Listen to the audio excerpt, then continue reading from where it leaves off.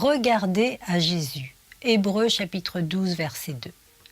L'œuvre du Saint-Esprit, c'est de toujours détourner nos yeux de nous-mêmes pour les porter sur Jésus. Mais l'œuvre de Satan est juste à l'opposé de ceci, car il essaie constamment de nous faire regarder à nous-mêmes au lieu de regarder à Christ. Il insinue que nos péchés sont trop grands pour être pardonnés, que nous n'avons pas de foi, que nous ne nous repentons pas assez, que nous ne serons pas capables d'aller jusqu'au bout, que nous sommes des enfants flottants de Jésus. Tout ceci ne sont que des pensées personnelles et nous ne trouverons jamais de consolation ou d'assurance en regardant à nous. Mais le Saint-Esprit détourne nos yeux entièrement de nous-mêmes. Il nous dit que nous ne sommes rien, mais que Christ est tout en tous. Souvenez-vous, c'est pourquoi ce n'est pas la proximité de Christ qui nous sauve, mais c'est lui. Ce n'est pas notre joie en Christ qui nous sauve, mais c'est la joie de Christ.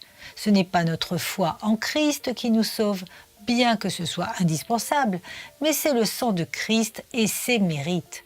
C'est pourquoi ne regarde pas si souvent ta main qui s'appuie sur Christ comme étant Christ. Ne regarde pas si souvent ton espérance, mais à Jésus qui en est la source.